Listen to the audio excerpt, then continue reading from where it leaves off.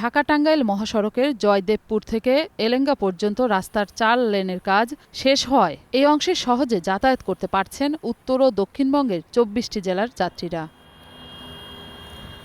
তবে এলেঙ্গা থেকে যমুনা সেতু পর্যন্ত সড়কের ৪ লেন প্রকল্পের কাজ শেষ না হওয়ায় সামনে ঈদেও দুর্ভোগের আশঙ্কা রয়েছে।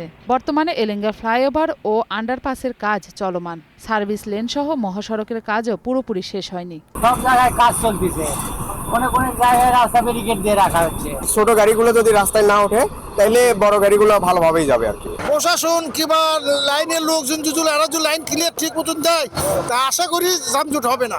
ঈদ যাত্রায় মহাসড়কের দুই পাশে ৪ লেনের যানবাহন চলাচলের জন্য উন্মুক্ত করে দেওয়া হবে বলে জানিয়েছেন প্রজেক্ট ম্যানেজার। দুই সাইডেই 4 লেন রাস্তা উন্মুক্ত থাকবে, যাতে উত্তরবঙ্গগামী যাত্রী মানে জ্যাম ছাড়াই এগুলো ভালোভাবে যেতে পারে। পুলিশ সুপার জানালেন, ঈদযাত্রা নির্বিঘ্নে করতে মহাসড়কের টাঙ্গাইল অংশে হাজারখানেক সদস্য দায়িত্ব পালন করবেন।